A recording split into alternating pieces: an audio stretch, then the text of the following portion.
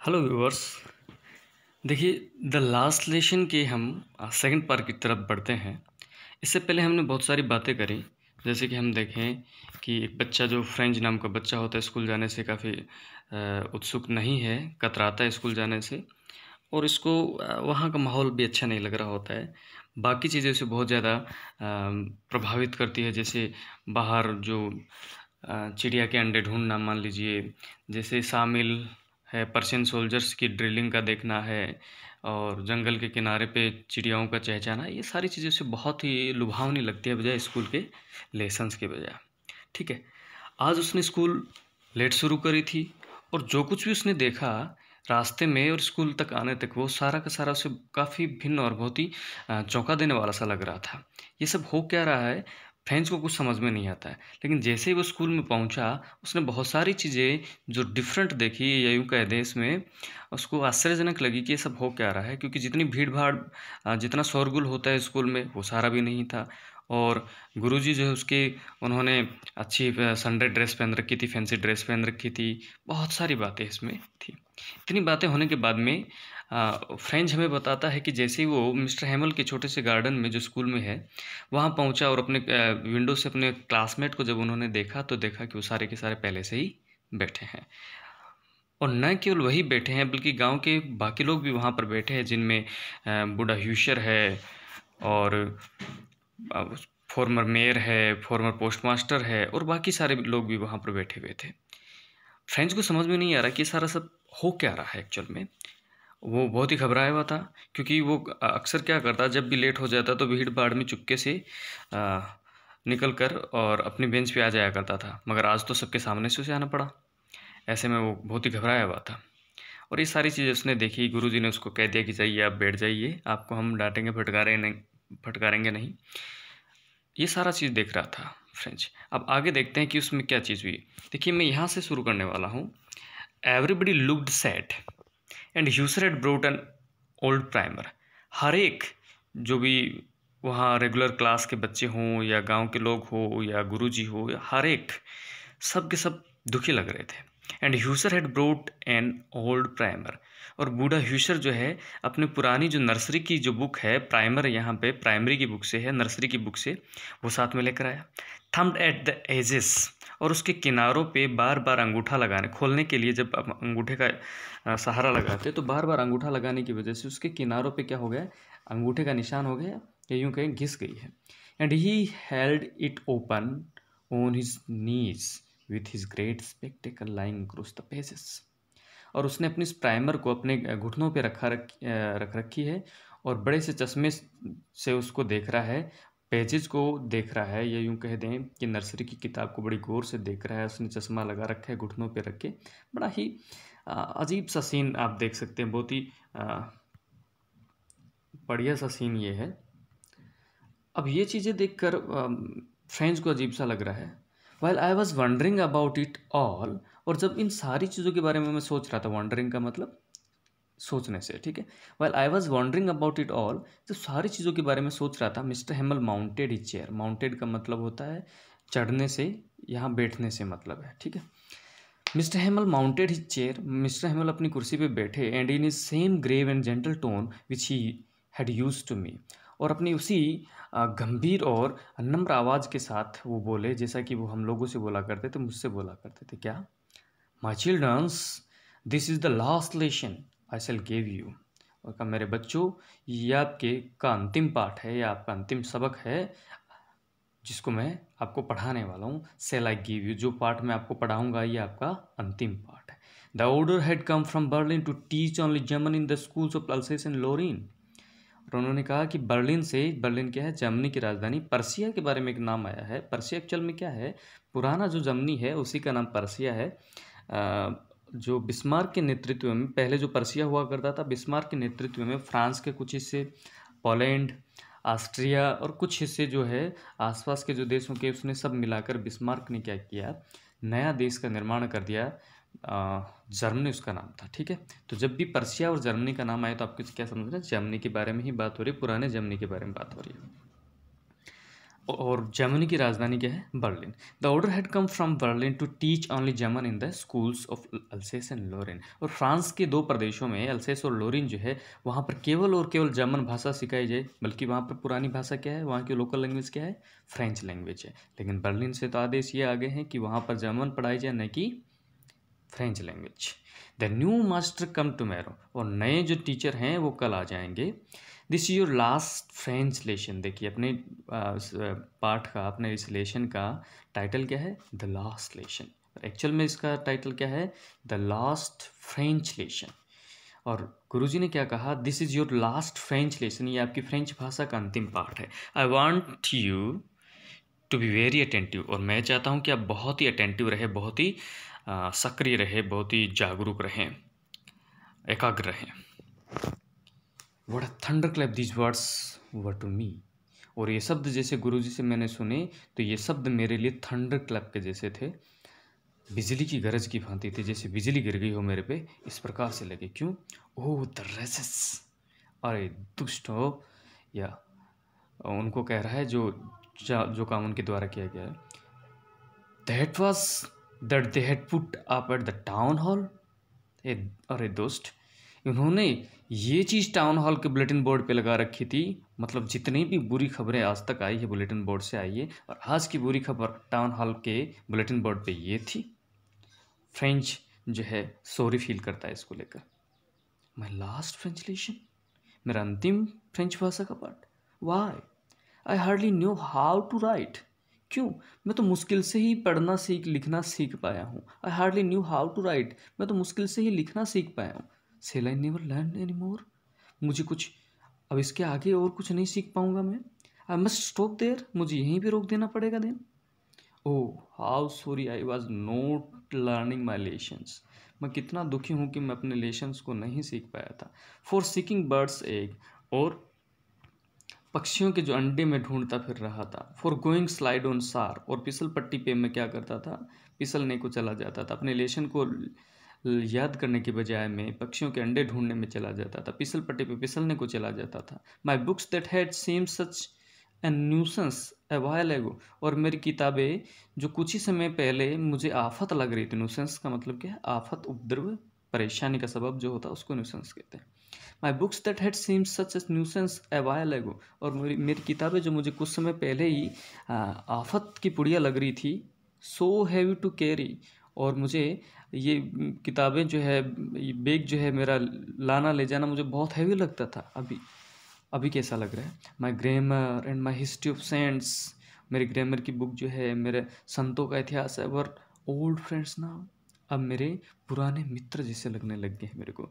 जो चीज़ें उसे उपद्रव लगती थी, जो चीज़ें उसे आफत लगती थी, उनको ले जाना लाना उसे परेशानी का सबब लग रहा था, वो उसे कैसी लगने लगी है? ओल्ड फ्रेंड के जैसे लगने लगी है। I couldn't give up. मैं नहीं छोड़ सकता इनको। क्या मुझे ये सारी चीज़ें छोड़ देनी पड़ेगी? मैं नहीं छोड़ सकता इनको। ये महसूस कौन कर रहा है? फ्रेंच महसूस कर रहा है। And Mister Hamel too. और मिस्टर हैमल भी। The idea that he was going away. और इस विचार से ही, मिस्टर हैमल के बारे में इस विचार से ही कि वो यहाँ से चले जाएंगे, that I should never see him again. क्या मैं उससे दोबारा कभी नहीं मिल पाऊंगा? Made me forget all about his rulers and how cranky he was. सारी की सारी चीज़ें मैंने भुला दी कि वो कितने सनकी मिजाज थे और किस प्रकार वो डंडे का इस्तेमाल किया करते थे। मैं सारी चीज़ें भुला देने के लिए तैयार हो गया था इस विचार मात्र से ही कि मिस्टर हेमल जा रहे हैं और मैं उनसे फिर कभी नहीं मिल पाऊंगा। इस विचार से ही मैंने उसके रूलर को और उसके जो बदमिजाज जो है, उसके स्वभाव को, इन सब को मैंने भुला दिया। पुअर मैन, बेचारा आदमी। It was in honor of this last lesson that he had put on his fine Sunday cloth. ये उनका अपने इस अंतिम फ्रेंच भाषा के पाठ के प्रति सम्मान था कि उन्होंने संडे क्लॉथ मतलब फैंसी ड्रेस पहनी, बहुत ही खूबसूरत नए कपड़े उन्होंने पहने हैं। फ्रेंच को समझ में आ गया कि आज उन्होंने नए कपड़े क्यों पहन रखे हैं। ये उनकी फ्रेंच भाषा के अंतिम पाठ के प्रति उनका सम्मान है। एंड नाउ, और अब आई अंडरस्टूड वेरी वेल। और मुझे अब अच्छे से समझ में आ रहा है why the old man of the village were sitting there in the back of the room. और मेरे को अब अच्छे से समझ में आ रहा है कि गांव के लोग जो कमरे के पीछे की बेंचेज पे क्यों बैठे हुए हैं। It was because they were sorry, वो इसलिए बैठे हैं कि वो दुखी महसूस कर रहे हैं अपने लिए, अपने देश के लिए, अपनी भाषा के लिए। It was because they were sorry to that they had no gone to school more, वो इस बात को लेकर दुखी हैं कि स्कूल और ज़्यादा नहीं जा पाए थे, अपनी भाषा को और ज़्यादा नहीं पढ़ पाए थे। It was their way of thinking our master of his 40 years of faithful service, ये उनका अपना तरीका था कि हमारे जो मास्टर हैं, हमारे जो गुरुजी मिस्टर हेमल है, उनके प्रति सम्मान दर्शाने का, जिन्होंने अपनी निष्ठापूर्वक 40 सालों तक उन्होंने जो सेवा दी है, उसके प्रति सम्मान दर्शाने का उनका अपना तरीका था। End of showing there respect for their country, और अपने देश के प्रति सम्मान दर्शाने का उनका अपना तरीका था। दैट वाज देयर नो मोर, बहुत अच्छी बात यहाँ पे लिखी है। उस देश के प्रति वो सम्मान दर्शाना चाह रहे हैं जो अब उनका अपना नहीं रहा है, जिसको जर्मनी के द्वारा जीत लिया गया है, और वहाँ की भाषा, वहाँ की कल्चर को बदलने का प्रयास किया जा रहा है। उसके प्रति अपना सम्मान दिखाने का उन ग्रामीणों का ये अपना एक नया नायाब तरीका था। ये चीज़ फ्रेंच को अच्छे से समझ में आ गया। While I was thinking of all this, और जब मैं इन सारी चीज़ों के बारे में सोच ही रहा था, I heard my name called, मेरा नाम पुकारे जाते हुए मैंने सुना, मुझे अपने नाम पुकारे जाने जो है वो सुना मैंने। It was my turn to recite, और रिसाइटेशन का उच्चारण करने का, पढ़ने का मेरी बारी थी। मेरा नाम इसलिए पुकारा गया कि अब मुझे पढ़ना था। What would I not have given to be able to say the dreadful rule of the participle all through, very loud and very clear? और जो कुछ भी मुझे रिसाइट करने के लिए दिए गए, what would I not have given to be able to say, जो कुछ भी मैं चीज़ नहीं बता पा रहा था, या यूँ कहें जो चीज़ बताने के लिए कह रहा है, the dreadful rule of the participle all through, और सारे के सारे पार्टिसिपल के नियम जो है, वो सारे जो ड्रीडफुल रूल है, भयानक जो नियम है पार्टिसिपल का, उनके बारे में क्या सोच रहा है, मैं उनको बहुत ही क्लियरली और बहुत ही बुलंद आवाज़ में सुनाऊँ, एंड विदाउट वन मिस्टेक, बिना गलती के हर एक चीज़ को बताने के लिए वो सोच रहा था। But I got mixed up on the first word, पर मैंने तो शुरू में ही सबको क्या कर दिया, खिचड़ी कर दिया, मिक्सड अप कर दिया, सबको एक साथ कर दिया। एंड स्टूड देयर, और वहीं पर खड़ा रहा, holding on to my desk, अपनी कुर्सी को पकड़े मैं वहीं पे खड़ा रहा। और आप ये सीन अच्छे से समझ सकते हैं कि बच्चों को जब ऐसा मोमेंट होता है तो वो कैसा महसूस करते हैं। माई हार्ट बीटिंग, मेरा हृदय काँप रहा था, and no daring to look up, और ऊपर देखने की हिम्मत नहीं हो रही थी। आई हर्ड मिस्टर हेमल से टू मी, मैंने मिस्टर हेमल को मुझे कहते हुए सुना, I want scold you little French, मैं तुम्हें डांटूंगा नहीं छोटे फ्रेंच, नन्हे फ्रेंच, मैं तुम्हें डांटूंगा नहीं। You must feel bad enough, तुम बहुत बुरा महसूस कर रहे हो। सी हाउ इट इज़, देखो ये सब कैसे हो गया। Every day we have said to our self, हर दिन हमने अपने आप को कहा, we have plenty of time, कि हमारे पास बहुत सारा समय है। आई लर्न इट टुमारो, मैं इसको कल सीख लूँगा। हर एक दिन हमने अपने आप को कहा कि मेरे पास खूब समय पड़ा है, पर्याप्त समय पड़ा है, मैं इसको कल सीख लूँगा। And now you see where we have come out, और अब आप देख सकते हैं कि हम कहाँ पहुँच गए हैं, किस हालत में हम पहुँच गए हैं कि हमारे पास अब टाइम नहीं बचा। Oh that's the great trouble with Alsace, ओ यही तो अल्सेस की सबसे बड़ी समस्या है। She puts off learning till tomorrow, Alsace जो है लर्निंग को कल पर छोड़ देता है। अल्सेस के लोग जो है लर्निंग को कहाँ पर छोड़ देते हैं, कल पर छोड़ देते हैं। एक चीज़ यहाँ पर हम बात करने वाले हैं, देखिए ज़रा, यहाँ पर लिखा she puts off learning till tomorrow, ये वर्ड सी जो है वो किसके लिए आया है यहाँ पे, क्योंकि फ्रेंच के लिए भी नहीं आ सकता, मिस्टर हेमल के लिए भी नहीं आ सकता, और किसी की बात यहाँ पर हो नहीं रही है, तो ये सी किसके लिए आया है, आप ज़रा थोड़ा सा ध्यान लगाए इस पर, किसको कहा है ये, देखो दोबारा से पढ़ रहा हूँ मैं। That's the great trouble with Alsace, Alsace की यही तो बड़ी समस्या है।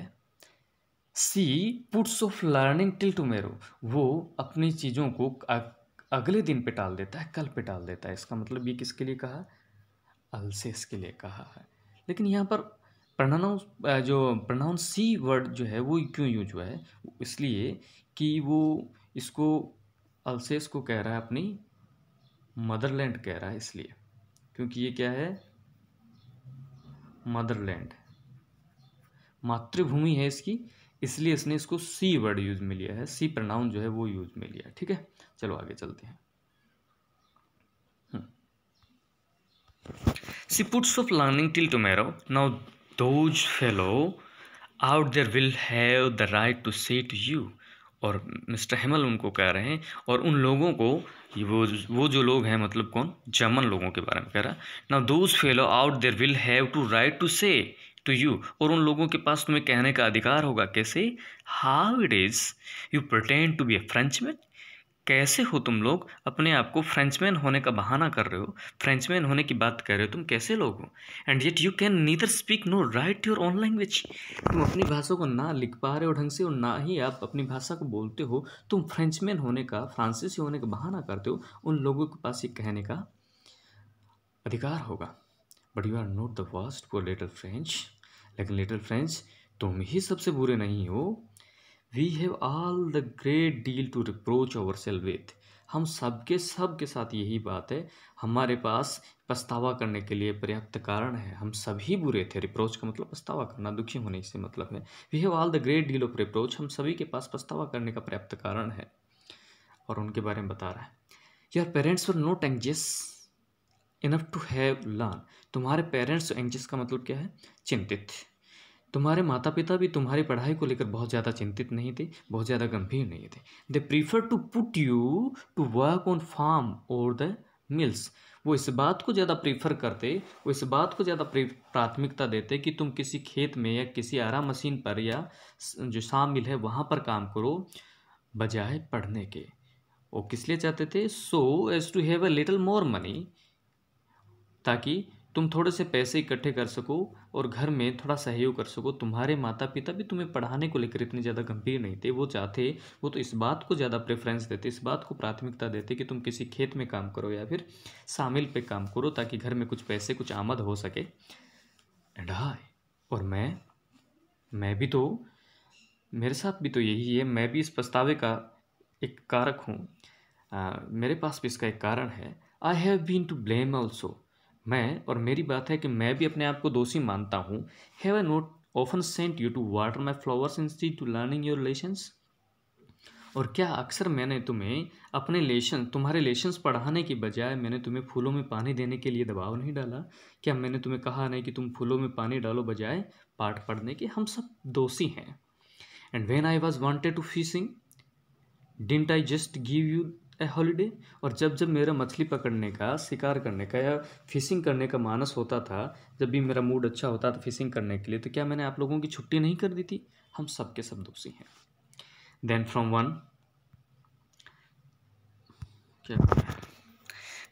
One thing to another Mister Hamel went on. और उसके बाद में एक चीज़ से दूसरी, एक से बात से दूसरी बातें करते करते मिस्टर हेमल आगे बढ़ते जा रहे हैं।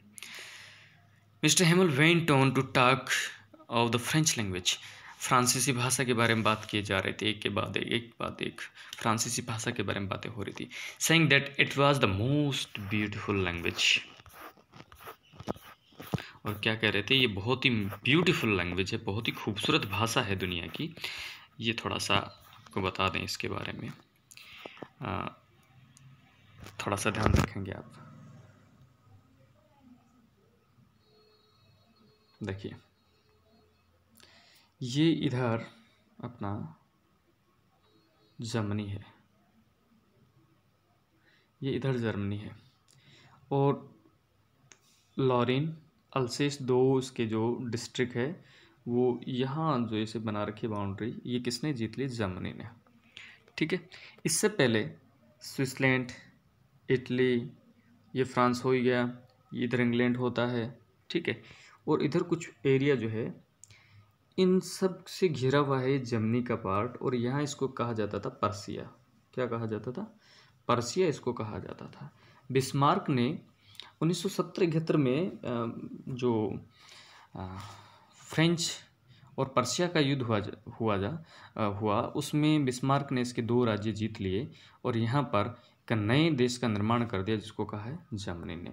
और ये तब का घटनाक्रम है, और यहाँ के लोग जो है अब बहुत ही नॉस्टैल्जिक फील कर रहे हैं, बहुत ही दुखी महसूस कर रहे हैं और अपनी कल्चर को लेकर व्यथित हैं।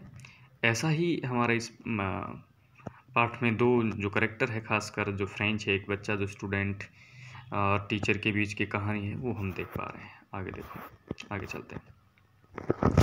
Most beautiful language in the world and the clearest, और सबसे स्पष्ट, द मोस्ट लॉजिकल, दुनिया की सबसे खूबसूरत भाषा बताया मिस्टर हेमल ने इसको, the clearest, the most logical, सबसे लॉजिकल, सबसे स्पष्ट भाषा बताया, that we must guard it, और ये भी साथ ही साथ कहा कि हमें इस भाषा की सुरक्षा करनी चाहिए। गार्ड का मतलब सुरक्षा, हमें अपनी इस भाषा की सुरक्षा करनी चाहिए। It among us and never forget it, हमें अपनों में या अपनी लोगों के बीच में इस भाषा की सुरक्षा करनी चाहिए।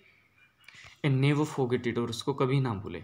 बिकॉज वैन अ पीपल, ये बहुत खूबसूरत बात है इस लेसन की, बहुत ही कमाल की बात इसने कही है, आप ध्यान में रखेंगे। क्या कहा है? When a people are enslaved, as long as they hold fast their language, it is as if they had the key of their prison. देखिए बता देता हूँ आपको कौन सी बात ध्यान में रखनी है आपको, यही बात। when a people when a people are enslaved, as long as they hold fast their language, as if they had the key of their prison. ये क्या कहा उसने? जब लोग गुलामी में, जब लोग दास्ता में चले जाते हों, और उस स्थिति में जब वो गुलाम है, दूसरी संस्कृति, दूसरे लोगों के दास है, तब भी as long as they hold fast their language, तो वो अपनी भाषा, अपनी संस्कृति को अगर वो पकड़े रहें, तो कैसे हैं? It is as if they had the key of their prison, बिल्कुल ऐसे ही है जैसे उनके पास कैद खाने की चाबी हो, उन्हें किसी कैद में डाल दिया गया हो, उस चाबी उनके पास हो, बिल्कुल वैसा ही है। इस बात से आप यूँ समझे, जैसे किसी अपराधी को जेल में डालकर चाबी उसी को पकड़ा दी गई, तो इसका मतलब क्या है कि वो एक्चुअल में कैद में है ही नहीं, जब उसकी मर्जी हो वो चाबी निकाल के भाग लेगा। उसी तरीके से अगर आप किसी देश के किसी मुल्क के गुलाम हो गए हैं, लेकिन आपकी संस्कृति और आपका जो आपकी भाषा आपके साथ है, तो जब भी आपको मौका मिलेगा आप अपने देश की उस संस्कृति का हिस्सा बन सकते हैं पुनः। ठीक है, तो ये बात आपको अच्छे से समझ में आई होगी। ठीक, आगे चलते हैं।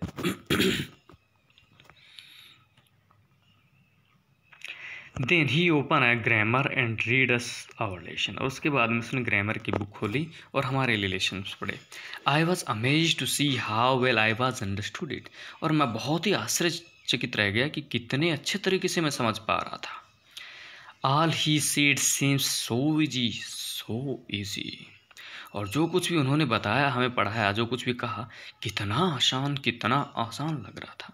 आई थिंक टू, मैं भी सोच रहा था, that I had never listen so carefully and that he had never explain everything with so much patience, और मैं सोच रहा था कि मैंने कितना केयरफुली, कितनी सावधानी के साथ मैंने इन चीज़ों को सुना है, और कितने अच्छे ढंग से उन्होंने, कितनी पैसेंस के साथ, कितने धैर्य के साथ सारी चीज़ें उन्होंने हमें समझाई है।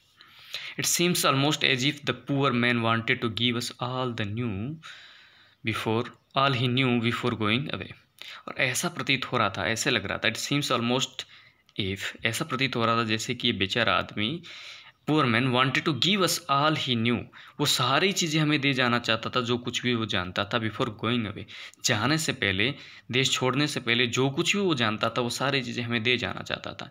And to put it all into our heads, और सारी की सारी चीज़ें हमारे मस्तिष्क में एट वन स्ट्रोक, एक ही झटके में सारी की सारी बातें हमारे मस्तिष्क में डालकर चले जाना चाह रहा था, ऐसा प्रतीत हो रहा था।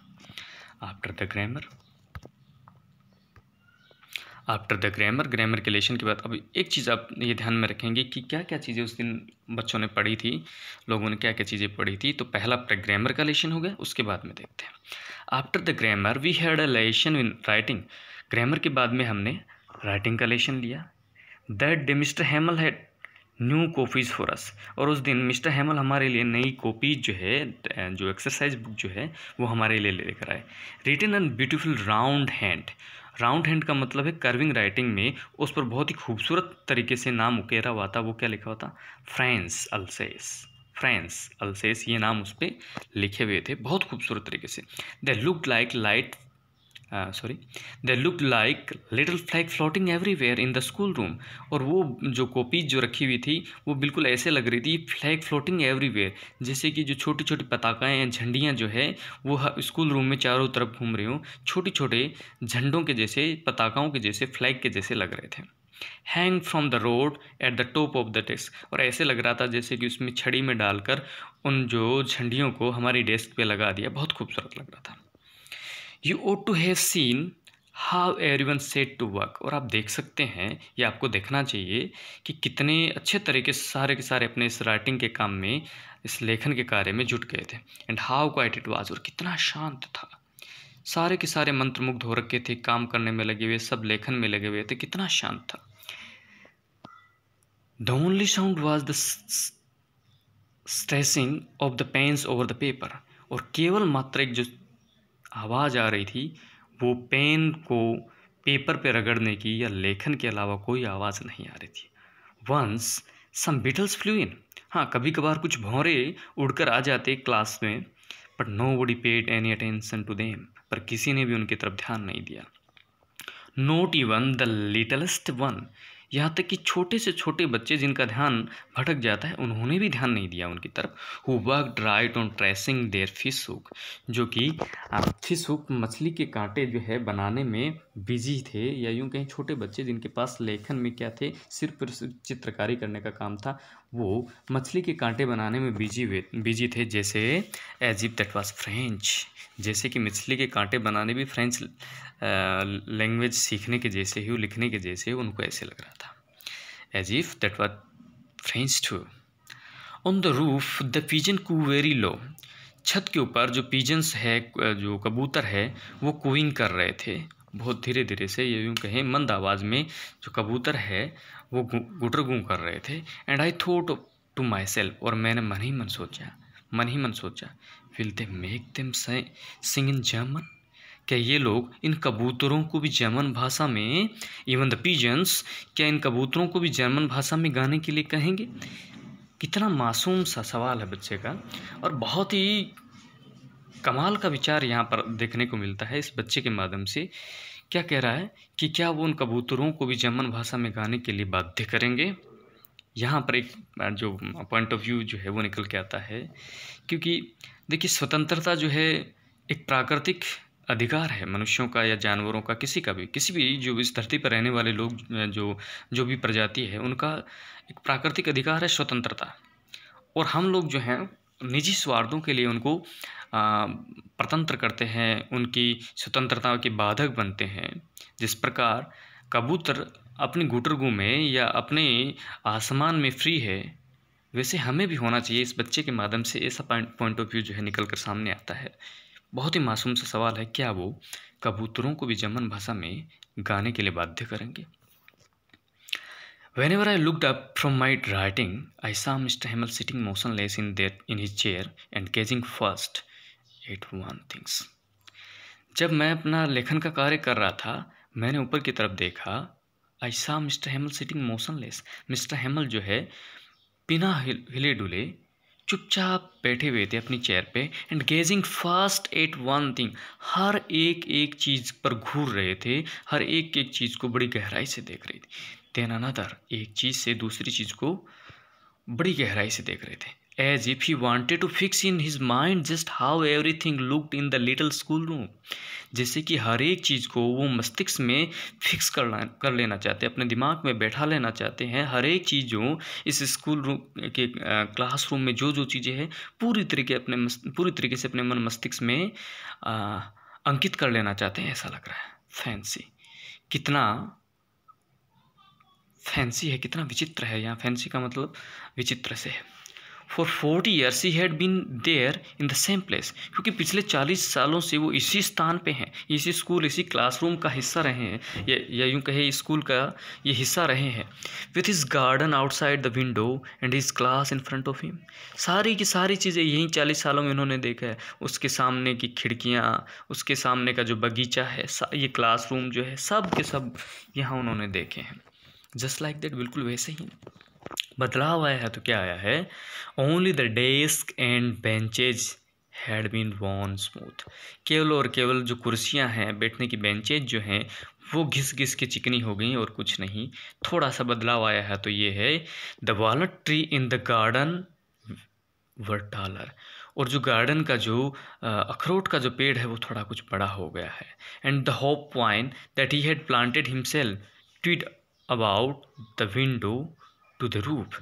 और जो हॉप वाइन जो है, बेल जो उसने अपने गार्डन में जो लगाई थी, अपने आप उसने खुद लगाई थी, वो बड़ी होकर खिड़कियों से होती हुई छत तक पहुंच गई है। ये कुछ बदलाव ज़रूर आए हैं इन 40 सालों में, बाकी तो वही का वही है, उन्हीं का हिस्सा वो है।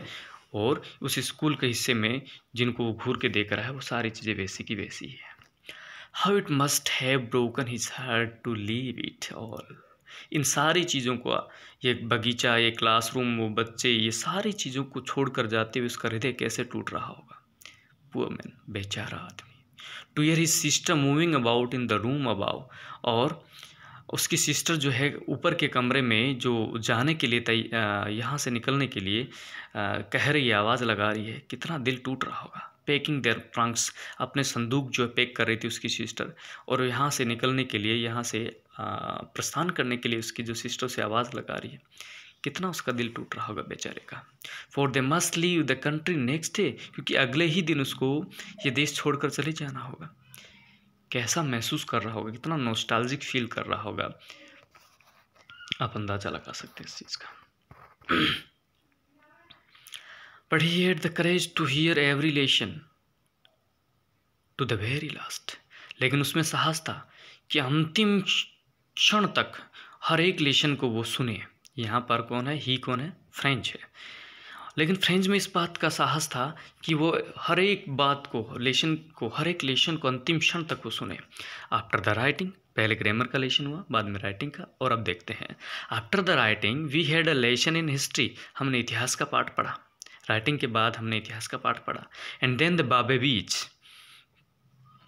चांटेड देयर, बा बे बी बू बो बू। ये सब जैसे हम कै ख ग ए आ ई पढ़ते हैं, अल्फ़ाबेट जो है जो उनके बारे में हमने बाबेवीज़ पढ़ी, और बा बे बी बो बू ये सब हमने पढ़े। Down there at the back of the room old Hauser had put on his spectacle. और बूढ़ा ह्यूसर जो पीछे रूम में पीछे की तरफ बैठा था, उसने अपना चश्मा लगाया। Holding his primer in both hands, और दोनों हाथों में अपनी नर्सरी की किताब जो है वो हाथ में लेकर। Spell the letters with them, सबके साथ उन लेटर्स को, उन जो बाराखड़ी जिनको कहते हैं, अल्फ़ाबेट्स जिनको कहते हैं, वो सब जो फ्रेंच भाषा के बाबेवीज थे उनको पढ़ रहा है। Spell the letters with them, you could see that he too was crying. आप देख सकते हैं कि वो रो रहा था। His voice tremble with emotion, भावना के विविध होकर, भावना से प्रभावित होकर, वो भावना विभोर होकर वो उसकी आवाज़ काँप रही थी। And it was so funny to hear him that we all wanted to laugh and cry. और ये सब देख रहे थे हम, ये कितना फनी लग रहा था, उसको देखकर कितना फनी लग रहा था। We all wanted to laugh and cry, हम सब उसको देखकर हंसना भी चाहते थे और रोना भी। हंसी तो इस बात से आ रही थी कि वो किस प्रकार कर रहा था, और रोना इस बात को आ रहा था कि वो कितना दुखी महसूस कर रहा है अपने इस लेशन को लेकर, अपने इस देश को लेकर, अपने इस गुरुजी को लेकर, अपने इस भाषा को लेकर कितना दुखी है। हम रोना भी चाहते थे और हंसना भी। और जीवन में बहुत कम बार ऐसे मौके आते हैं कि हंसने और रोने जैसा कॉम्बिनेशन एक साथ होता हो। कितना भयानक उन लोगों के लिए रहा होगा ये क्षण। How well I remember it, the last lesson. कितना अच्छे से मेरे को ये लास्ट लेशन याद है, कितना खूबसूरती से ये मेरे को अंतिम पाठ याद है। All at once the church clock struck 12, और तभी चर्च की घंटी ने 12 बजा दिए। देन द एंजल्स, और उसके बाद में एंजल्स जो है कि घंटी बजी। एंजल्स क्या है, प्रार्थना के लिए चर्च में घंटी बजी जाती है, और उसके बाद में प्रार्थना करने के लिए जाते हैं, सुबह हो या दोपहर को हो या शाम को। तो एंजल्स की घंटी बजी, एट द सेम मोमेंट, और उसी क्षण, the trumpet of the Persian, और पर्शियन जो सोल्जर जो थे उनके लौटने के लिए जो ट्रम्पेट, जो तुरही की आवाज़ बजी, रिटर्निंग फ्रॉम ड्रिल, जो पर्शियन सैनिक जो थे मार्च पास्ट या परेड करके वापस लौट रहे थे, तुरही की आवाज़ जो सुनाई थी, साउंडेड अंडर आवर विंडो, जो हमारी खिड़की के पीछे से सुनाई दे सकती थी। मिस्टर हैमल स्टूड अप, मिस्टर हैमल जो है वो भी वहाँ पर सॉरी मिस्टर हैमल खड़े हो गए, वेरी पेल, बहुत ही दुखी हैं, पेल का मतलब पीले होने से नहीं है, दुखी होने से, इन हिज चेयर, अपनी कुर्सी से खड़े हो गए, बहुत ही दुखी मिजाज। आई नेवर सा हिम लुक सो टाल, मैंने उसे इतना लंबा पहले कभी नहीं देखा, और यहाँ लंबा होने का मतलब अचानक से लंबा नहीं हो गया, यहाँ कॉन्फिडेंट से मतलब है, इतना कॉन्फिडेंट मैंने मिस्टर हैमल को पहले कभी नहीं देखा। और क्या बोल रहे हैं, माई फ्रेंड्स ही सेड, मेरे दोस्तों, बट समथिंग चोक्ड हिम, वो बोलने वाला था, मैं और कुछ बात ने उसके गले को रोक दिया। ही कुडंट गो ऑन, आगे नहीं बढ़ सका, वो कुछ नहीं कह सका। Then he turn to the blackboard, और उसके बाद वो ब्लैक बोर्ड की तरफ मुड़ा, टुक अ पीस ऑफ चाक का एक टुकड़ा उठाया, and bearing on with all his might का मतलब जब भी हेल्पिंग वर्ब के अलावा आता है, या ऑक्सिलरी या यूं के मॉडल के अलावा जब भी माइट का नाम आता है तो इसका मतलब होता है पावर, ताकत। उसने अपनी पूरी ताकत का इस्तेमाल करते हुए he wrote as large as he could, जितना बड़ा वो लिख सकता था उतना बड़े से लिखा। क्या लिखा, वीव ला फ्रांस, ये फ्रांसीसी भाषा का शब्द है जिसका मतलब होता है फ्रांस जिंदाबाद, और बड़े मोटे मोटे अक्षर में उसने क्या लिख दिया, वीव ला फ्रांस, फ्रांस जिंदाबाद। Then he stopped and lean his head against the wall, और उसके बाद में वो रुक गया और अपना सर जो है दीवार के टिका लिया। एंड विदाउट अ वर्ड, बिना एक क्षण, बिना एक शब्द बोले, ही मेड अ जेस्चर, उसने जेस्चर से, हाव भाव से ही बता दिया, टू अस, हम सबको अपने हाव भाव से बताया, विथ हिज हैंड, हाथ का इशारा करते हुए उसने हमें कहा, school is dismiss, you may go now, school पूरी हुई, अब आप जा सकते हैं। बहुत ही खूबसूरत सा लेसन जिसको आपने आज पढ़ा, ये उसका सेकंड पार्ट था। पहला पार्ट जो मैंने बना दिया है वो आप मेरे प्लेलिस्ट में देख सकते हैं, अगर आपने इसको नहीं देखा है तो पहले आप पहले पार्ट को देख लीजिए और उसके बाद इस दूसरे पार्ट को देखिए। पहले पार्ट में एक तरीके का इंट्रोडक्शन है और कोई ज़्यादा बातें नहीं रही, और जो आज हमने पढ़ा है लेसन का पूरा जो सार हम कहें उसका, जो इसका मक्खन जो कह दें, वो आज है इस लेसन में। बहुत ही खूबसूरत सा लेसन, आपको इसको बहुत ही गौर से पढ़ना चाहिए। और एक चीज़ मैंने आपको पहले बताई थी और आज भी बता देता हूँ, अगर किसी के पास इसका टेक्स्ट नहीं है तो आपको ये जो टेक्स्ट है कहाँ से लेना है, या तो आप एनसीईआरटी की जो साइट पे जाके जो मैंने पहला वीडियो बना रखा है वहाँ से ले सकते हैं, या फिर ये जो सामने आपके क्यूआर जो कोड जो दे रखा है, क्यूआर जो कोड दे रखे हैं उसको आप अपने स्कैनर से स्कैन करें, आपके सामने टेक्स्ट आ जाएगा और आप उसको पुनः इसको पढ़ें। ठीक है, थोड़ा सा हम बात कर लेते हैं अल्फोंसे ड्यूटे के बारे में। और ये फ्रेंच नावलिस्ट थे और शॉर्ट स्टोरी राइटर थे। The last lesson is set in the days of Franco Prussian war, और ये लास्ट लेसन लिखा गया है फ्रांसो पर्शियन वार जो हुआ था, फ्रांस और पर्शिया के बीच में जो युद्ध हुआ था 1870-71 की बात है, वहाँ उस समय लिखा गया था, या उस समय का सेट है इसका। In which France was defeated by Prussia, और इस युद्ध में फ्रांसो पर्शियन वार में फ्रांस पर्शिया के द्वारा, जर्मनी के द्वारा डिफीट हो गया, हार गया था। By Prussia led by Bismarck, Bismarck के नेतृत्व में ये युद्ध हार गए थे फ्रांसीसी। Prussia then consisted of what now are the nation of Germany, और उस समय का जो पर्शिया था आज का जर्मनी है। ठीक है, और किन किन का हिस्सा है, Poland and parts of Australia, sorry Austria है, ऑस्ट्रेलिया नहीं, पोलैंड और कुछ हिस्से ऑस्ट्रिया के कुछ हिस्से हैं, उनको मिलाकर आज का जर्मनी बना है। In this story the French district of Alsace and Lorraine have passed into Prussian hand, और इस कहानी में हम देखते हैं कि फ्रांस के दो जो प्रांत है, या यूँ कह दे जो डिस्ट्रिक्ट है अल्सेस और लॉरेन, किसके हाथों में चले गए थे, पर्शिया के हाथों में चले गए। Read the story to find out what affect his head on life at school, और कहानी को पढ़कर आपको अंदाज़ा लगाना है कि स्कूली जीवन पर इसका क्या असर हुआ। तो आज का ये लेसन रहा, बहुत ही कमाल का लेसन। आपको उम्मीद है कि आप इसको बहुत ही तल्लीनता से सुने होंगे और बार बार अगर आप देखेंगे तो बहुत अच्छा लगेगा लेसन। तो आज के लिए इतना ही। टेक केयर, स्वस्थ रहिए, मस्त रहिए और अपनी पढ़ाई करते रहिए।